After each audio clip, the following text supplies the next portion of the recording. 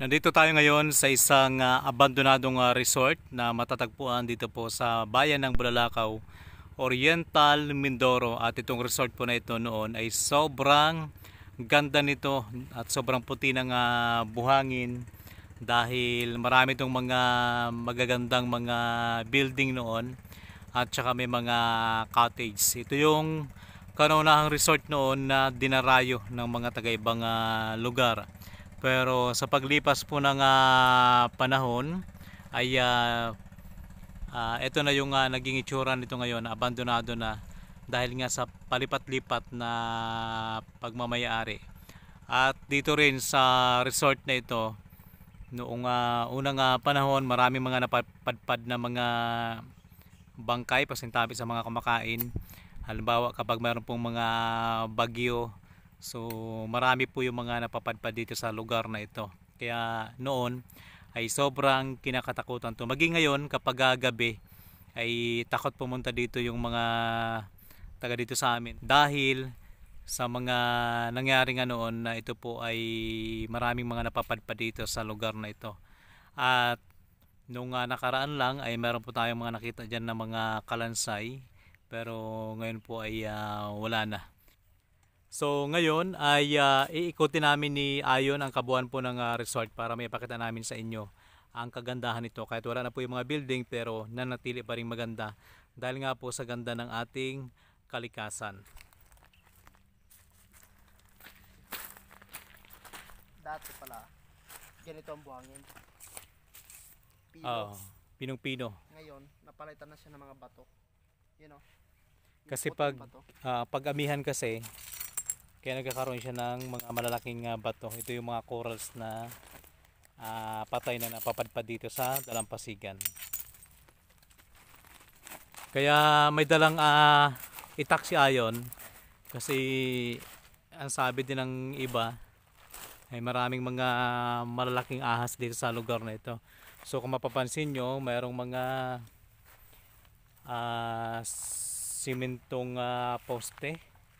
Ayan, na hanggang sa ngayon ay nakikita pa rin natin at saka marami po yung puno ng niyog. ito may mga layout na. Oh, Ito siguro dati yung cottage. siguro. Pero dyan sa unahan, tanda ko pa yon dito ay meron to ditong magandang cottage yan sa lugar na yan. Pero ngayon ay masukal na. At saka dyan sa itaas, dyan malalaki yung singkamas. Yung singkamas na ligaw. At doon naman sa lugar na yon, dyan sinasabi nila na marami daw pong unggoy. Malalaki daw po yung unggoy lalo na kapag hapon. Pero ngayon, boses lang ng unggoy at ng mga ibon yung ating naririnig. So, Mailap sila ngayon punta natin doon.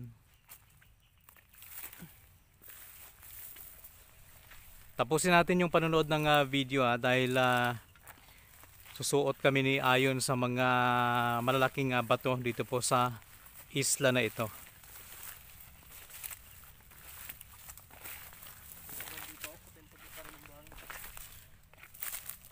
Oo.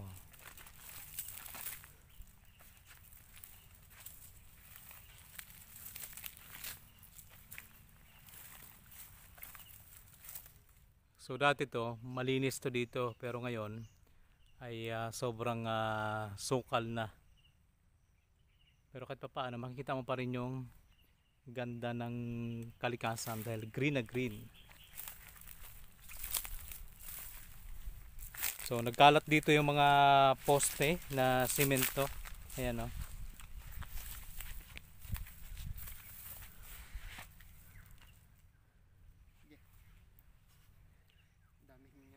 Ito yung sinasabi nila na pampaswerte dahil dumidikit daw. Indicate. Serte nga yan. May mga damit pa dito.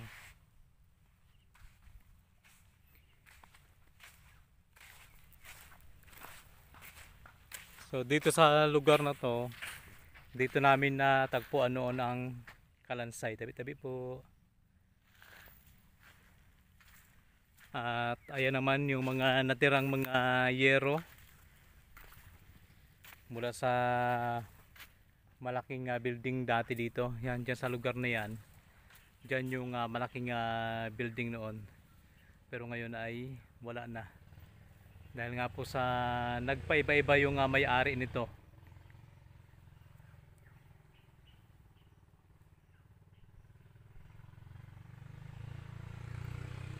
So kapag gabi ay takot na dumaan dito yung mga tao dahil sabi nga may nagpaparamdam daw sa lugar na to. Ginugusto na lang nilang magbangka. Oo. Gusto maglakan.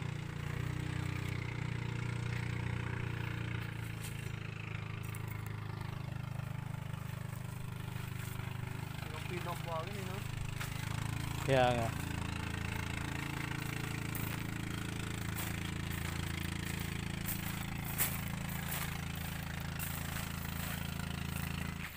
So napakalinaw ng tubig dagat. Nagkataon lang nga ngayon na kate. Kaya napakalinaw. Ano yan yun? Hindi ko pa rin natanggal yung dumidikit. Hayaan mo lang, swerte naman daw yan. Sabi ko eh.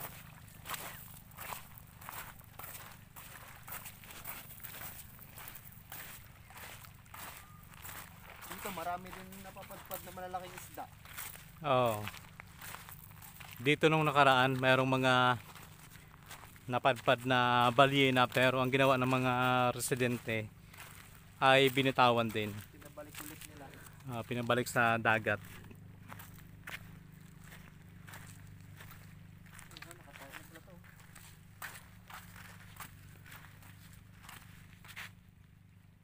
Nabuhay yung talisay, no?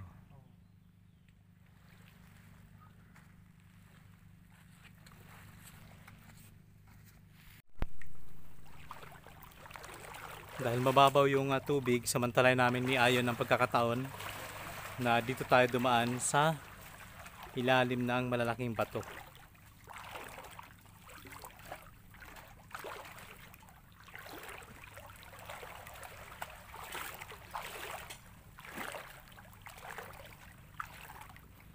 Yan, nawala si Ayon.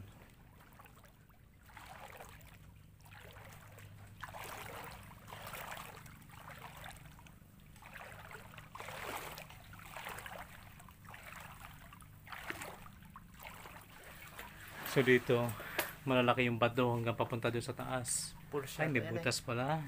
Pulse. Ayun, may mga butas. Falls, pero walang tubig. Ito.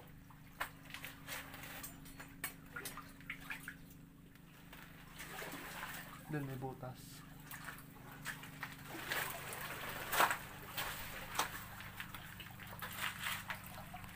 Ngayon, susuot si Ayon.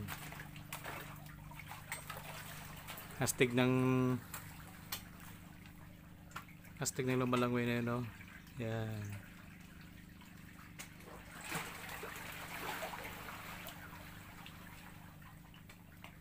Galing.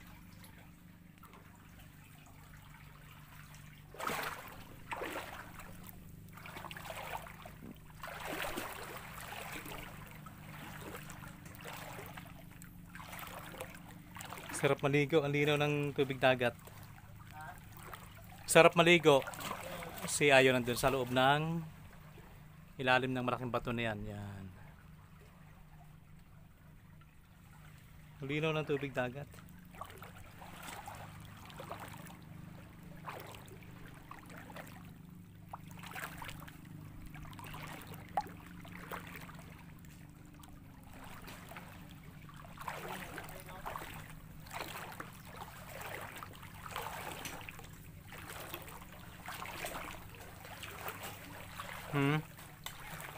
Malinaw pa tayo ang dagat. Kaya nga. Ang dami mga damit na nakasampay. Siguro yan yung mga galing din sa mga naanod na barko.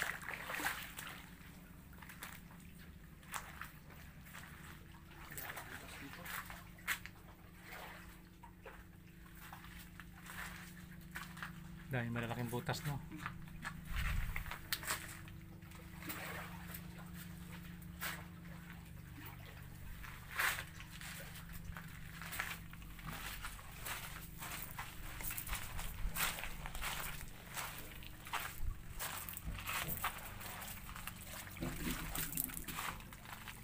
Ano yan?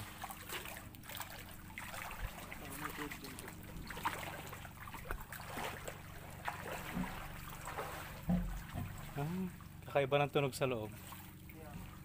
Butas siguro rin sa ilalim.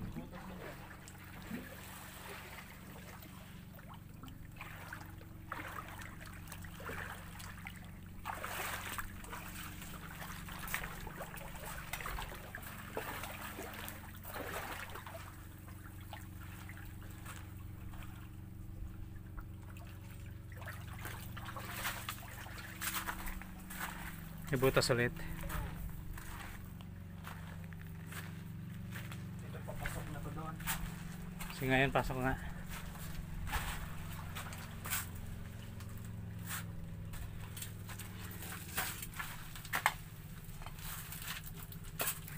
Dahil atapang si Ayon.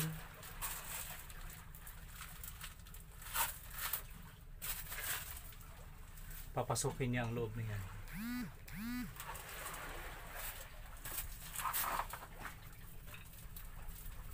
Hindi ako siya. Sikip. Sikip.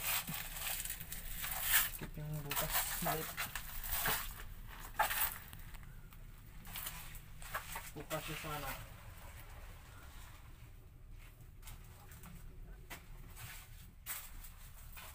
Daming kuweba dito, no?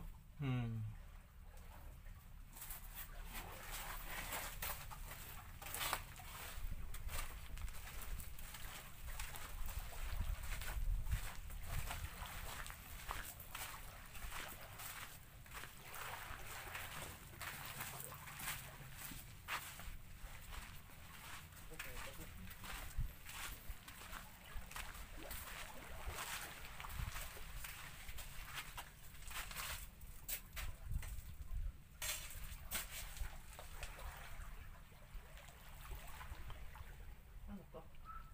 Saan? Oo. Yan. Yan. Oh. Parang itlog. Lug, no? Ah. Hanggang doon, no? Yan. Itlog na yan. Ito, malaki, oh.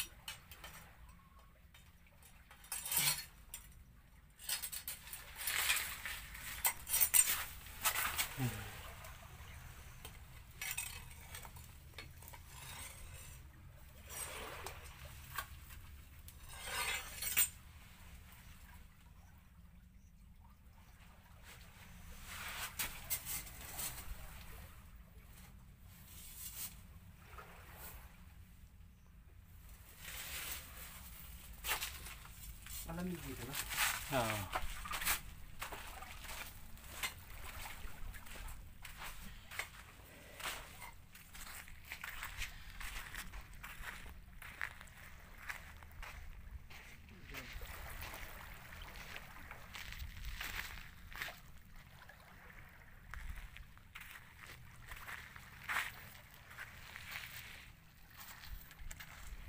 Dahil mga butas-butas, no?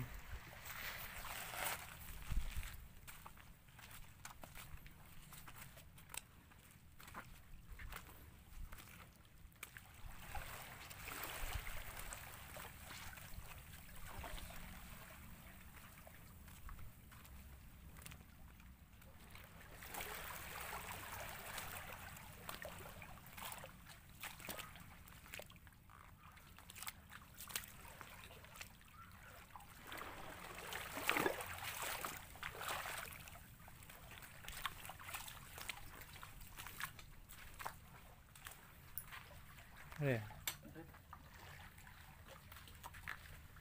Dami tubig dyan. Grabe, no? Pag ikaw ay natrap dyan.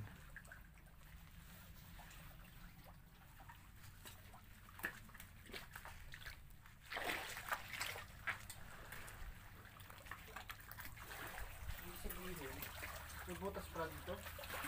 Oh.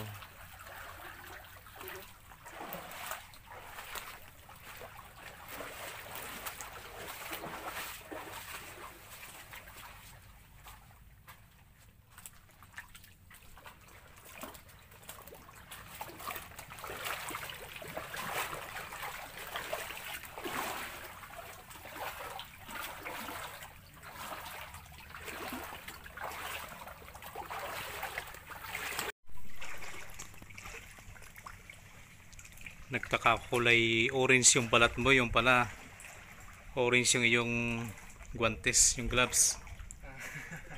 Sabi ko, ba't kulay pula na yung balat ni Ayon? Nag-eco tayo.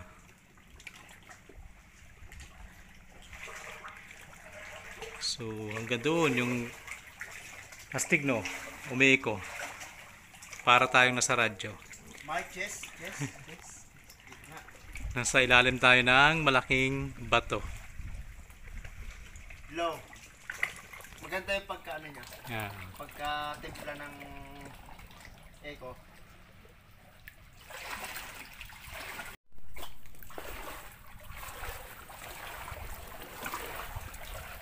So kahit abandonado na siya, pero makikita mo pa rin yung ganda ng lugar na to. Dahil puting-puti yung buhangin, malinaw yung tubig dagat, at kulay green yung mga halamang dagat. Maganda pa ng mga rock formation. Yung rock formation niya ay astig, matutulis pero magandang tingnan. At saka ang daming mga maliliit na kuweba.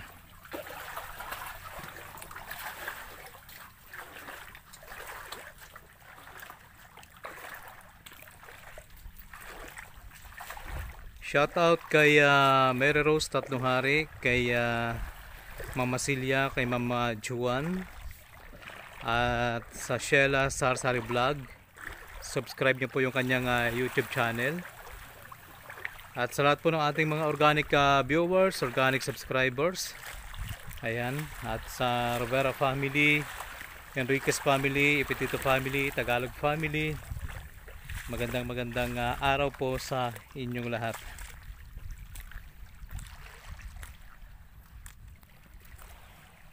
Sa mga gusto pong magpaabot ng tulong sa atin pong gagawing project ngayong buwan po ng Disyembre, alay po sa mga bata, pambigay po ng regalo.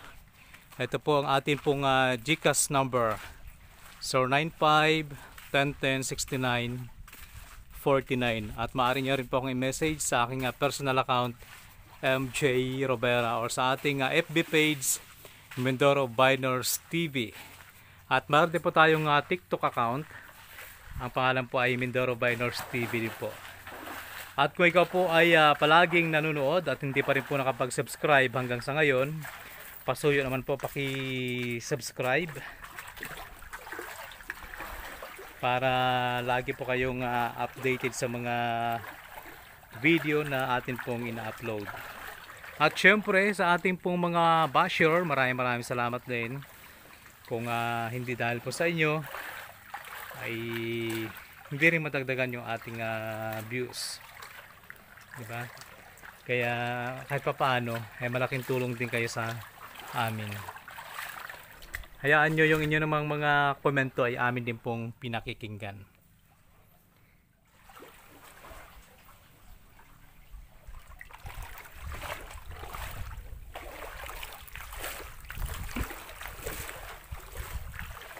Dandahan lang tayo, baka tayo ay madulas.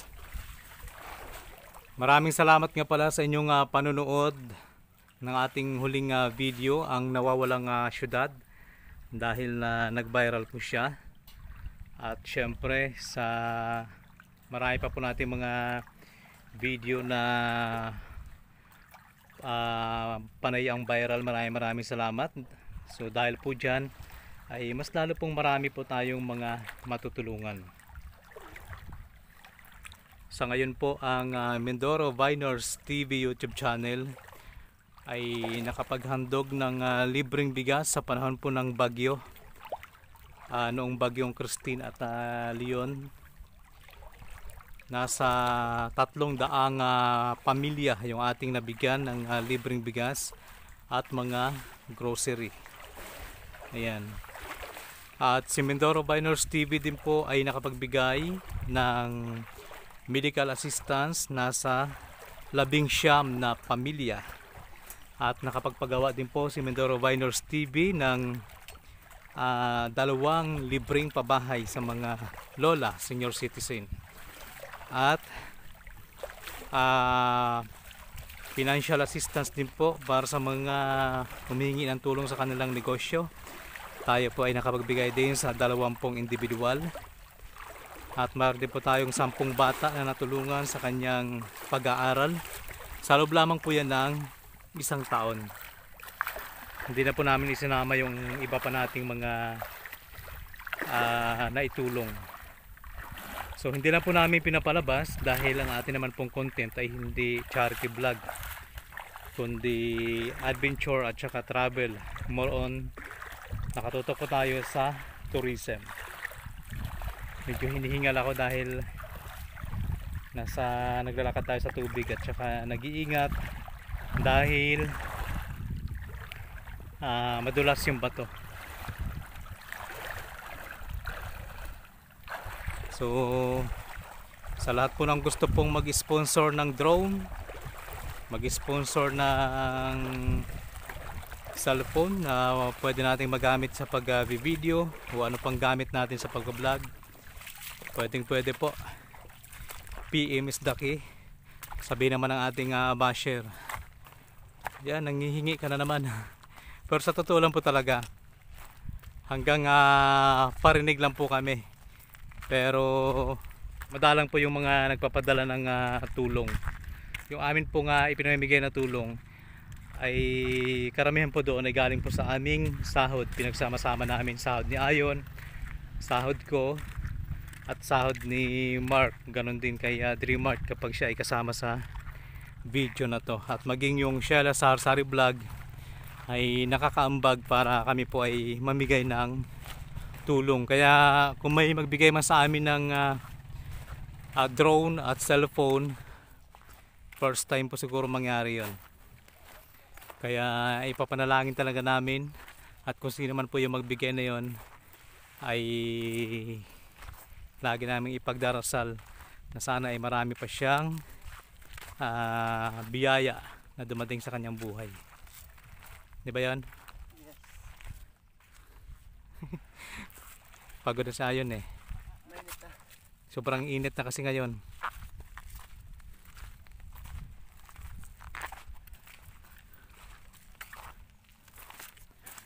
So ayun po, maraming salamat sa pagsama nyo po sa amin, at sa mga bago pa lamang dito po sa ating YouTube channel, huwag nyo pong kalimutang mag-subscribe at pakipindot na rin po ng bell button para lagi po kayong updated sa mga kakaibang video na atin pong ina-upload bawat araw. So muli, maraming salamat and God bless. bye bye guys.